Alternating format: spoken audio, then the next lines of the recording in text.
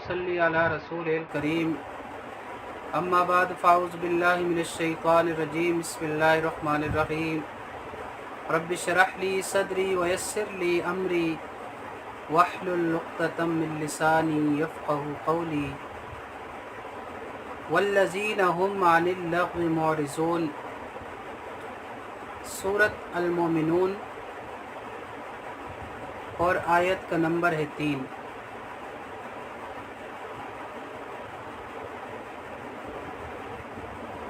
اور وہ لوگ جو لغو سے اعراض برتتے ہیں،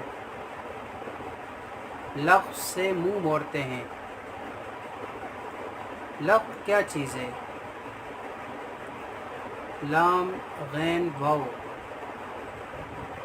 بے معنی بات جو کسی گنتی میں شمار نہ ہو، جو سوچ سمجھ کے نہ کی جائے، بے فائدہ کام، بے فائدہ بات۔ ہر وہ قول اور فعل جو زندگی کے اصل مقصود یعنی اللہ کی رضا حاصل کرنے سے غافل کرنے والا ہو، اس کو لغو کہتے ہیں۔ کوئی کام یا بات جو اصل مقصد سے انسان کو ہٹا دے، اس کو لغو کہتے ہیں۔ بات یہ ہے کہ اسلام کا حسن یہ بتایا گیا ہے کہ من حسن اسلام المرء ترکہ ما لا یعنی ہے۔ انسان کے اسلام کا حسن یہ ہے کہ انسان ان باتوں کو چھوڑ دے جس سے اس کا کوئی مطلب نہیں، یعنی جو بے فائدہ ہیں، فضول ہیں۔ سچا انسان سچا ایمان، سچا اسلام انسان کے اندر ایک ایسی تڑپ پیدا کر دیتا ہے کہ انسان کی گفتگو، انسان کے رویے، انسان کے چال ڈال، انسان کی ہر چیز میں تبدیلی آتی ہے۔ اس کے اندر ایک خاص قسم کی سنجیدگی آتی ہے، اور بے فائدہ کاموں میں اپنا وقت ضائع کرنا اسے سب سے زیادہ مشکل لگتا ہے۔ جیسے بے مقصد لوگوں کو کوئی مفید کام کرنا مشکل لگتا ہے، کوئی سنجیدہ کام مشکل لگتا ہے، اسی طرح سچے مومنوں کو بیکار کام کرنے بہت مشکل لگتے ہیں، وقت ضائع کرنا بہت مشکل لگتا ہے۔ اسی لیے ان کا طریقہ کیا ہوتا ہے؟ وَإِذَا مَرُّوا بِاللَّغْوِ مَرُّوا كِرَامًا۔ جب ان کا لغو پر گزر بھی ہوتا ہے،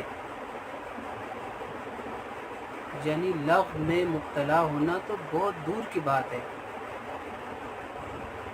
جب اس کے پاس سے بھی گزرتے ہیں تو مروا کراما، وہ بہت معزز طریقے سے گزر جاتے ہیں۔ سورہ القصص میں آتا ہے وَإِذَا سَمِعُوا اللَّغْوَ أَعْرَضُوا عَنْهُ۔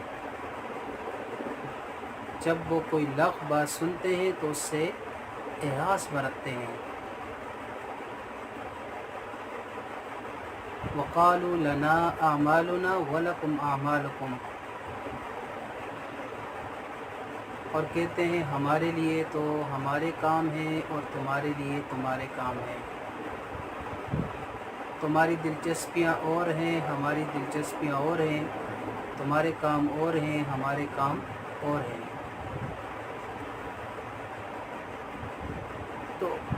تو اس کا کیا مطلب ہے کہ آیا اسلام میں کسی تفریح کی، کسی انٹرٹینمنٹ کی، کسی دلچسپ کی کوئی گنجائش نہیں؟ کیا اس کا یہ مطلب ہے؟ کیا آپ کوئی کھیل کود نہیں کر سکتے، یا کیا آپ کوئی انجوائمنٹ کا کام نہیں کر سکتے؟ ایسا نہیں ہے، کر سکتے ہیں، لیکن مومن کا یہ کام بھی بمقصد ہوتا ہے۔ مثلاً صحابہ کرام کی تفریح کیا ہوتی تھی؟ تیر اندازی، نیزہ بازی، تیراکی، نشانہ بازی۔ ایک حدیث پاک میں آتا ہے کہ علموا اولادکم السباحہ والرمایا، اپنی اولاد کو سباحہ یعنی تیراکی سکھاؤ، تیر اندازی سکھاؤ، گھڑ سواری سکھاؤ۔ اسی طرح صحابہ کرام کے درمیان دوڑنے کے مقابلے ہوتے تھے۔ آپ کو یاد ہو کچھ تو یہ مقابلہ تو خود حضور صلی اللہ علیہ وسلم اور سیدہ عائشہ رضی اللہ تعالیٰ عنہ کے درمیان بھی ہوا، اور 2 مرتبہ کا ذکر ملتا ہے۔ یعنی کھیل ایسا ہو جو انسان کو بیکاری کی طرف نہ لے جائے، بلکہ ایسا کھیل ہو جو بامقصد ہو، جس کا کچھ نتیجہ حاصل ہو۔ کھیل محض وقت کا یا پیسے کا ضیاع نہ ہو، کیونکہ ہمارے پاس جتنی بھی صلاحیتیں ہیں، جتنی بھی چیزیں ہیں، اصل میں یہ اللہ تعالیٰ کی طرف سے امانت ہے ہمارے پاس۔ ان کو بے فائدہ چیزوں میں ضائع کرنا، کہ جس سے نہ آپ کی جسمانی صحت ہو، نہ ہی آپ کے دین دنیا میں کوئی اس کا فائدہ ہو، تو ان چیزوں سے پرہیز کرنا ضروری ہے۔ اسی طرح کہ آپس میں میل ملاقات نہیں کر سکتے، بات چیت نہیں کر سکتے، ہر وقت کام ہی کرنا چاہیے، یہ نہیں ہے اس کا مطلب بھائی۔ اس کا مطلب یہ ہے کہ بات چیت آپ کر سکتے ہیں، لیکن بیہودہ باتوں سے منع کیا گیا ہے۔ فضول باتیں جن کا کوئی نتیجہ نہیں نکلتا، غیبت، جھوٹ، فحش گفتگو، کسی کا مذاق اڑانا، ان چیزوں سے منع کیا گیا ہے۔ جب لفظ سے ہم بچتے ہیں نا، تو ہماری انرجی سیو ہوتی ہے۔ جو ہماری انرجی پھر محفوظ ہوتی ہے، وہ پھر مثبت کاموں میں لگتی ہے، ورنہ لغویات میں بھی بہت سارا مال اور بہت ساری انرجی ضائع ہوتی ہے۔ تو نماز میں خشوع کے لیے نسخہ کیا ہے؟ لفظ سے بچنا۔ اسی لیے ان دونوں کو ساتھ ساتھ ذکر کیا گیا۔ پہلی آیت میں نماز کا ذکر ہے، الذین هم فی صلاتہم خاشعون، اور اس کے بعد والذین هم عن اللغو معرضون کا ذکر کیا ہے۔ اور وہ لوگ لغو سے اعراض برتتے ہیں، لغو سے ان کو کوئی دلچسپی نہیں ہوتی، کیونکہ ان کے نزدیک دنیا کوئی کھیل تماشے کی جگہ نہیں ہے، انجوائمنٹ کی جگہ نہیں ہے، یہ تو امتحان کی جگہ ہے۔ عمر اور وقت کسی مقصد کے تحت ملا ہے، وقت کاٹنے کی چیز نہیں، استعمال کرنے کی چیز ہے۔ اس سے یہ پتہ چلتا ہے کہ مومن کا ٹیسٹ جو ہے وہ مختلف ہوتا ہے دوسرے لوگوں کی بنسبت۔ جس کے اندر اللہ کی محبت سما جاتی ہے، پھر اس کو کوئی ایسا کام پسند ہی نہیں آتا، پھر کسی ایسی چیز میں اس کا دل ہی نہیں لگتا جو اللہ کو ناراض کرنے والی ہو۔ بالکل ایسے ہی نا جیسے کہ آپ کے دل میں کسی بھی چیز کا شوق ہو،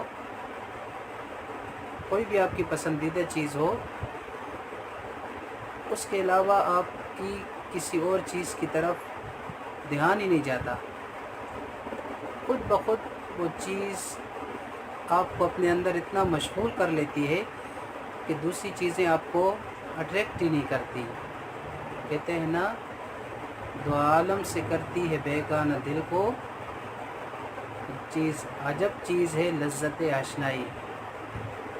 جس شخص کو اللہ تعالیٰ کی معرفت ہو جاتی ہے، اللہ کی پہچان ہو جاتی ہے، پھر اسے یہ دنیا اور وہ دنیا ایک طرح سے بیگانی لگتی ہے کہ اس کا اصل مقصود اللہ رب العزت کی ذات ہے۔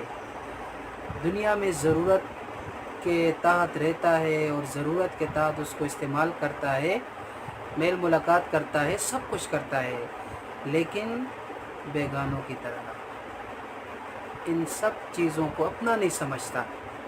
اور ہے وہ کب انسان کی کون سی چیز اپنی ہے آپ کی؟ کس چیز پہ آپ ہاتھ رکھیں کہ یہ آپ کی اپنی ہے؟ کوئی بھی چیز پرماننٹلی اپنی نہیں ہے۔ سب کچھ جو کچھ بھی آپ کے پاس ہے وہ ساری کی ساری امانتیں ہیں، امانت ہے، اور سب کی سب چیزیں چھوڑ کے جانے والے، کوئی چیز اپنے ساتھ لے کے نہیں جانے والا۔ ایسے ہی جو لوگ ہوں گے نا، ان کا دل جنت میں لگ جائے گا، کیونکہ وہاں پر لا تسمع فیہا لاغوا، وہاں کوئی لغو بات سننے کو ہی نہیں ملے گی۔ تو جن کا یہ ٹیسٹ ڈیولپ ہی نہیں ہوا، ان کے لیے تو پھر جنت میں جنت میں رہنا ہی مشکل ہوگا نا۔ یعنی جن کی ساری دلچسپیاں لغو کے اندر ہیں، فضول چیزوں میں ہیں، بیکار باتوں میں ہیں، وہ وہاں جا کر تو پھر بور ہی ہوں گے نا، کیونکہ وہاں تو جنت میں تو ان کے ٹیسٹ کی کوئی چیز نہیں ہوگی۔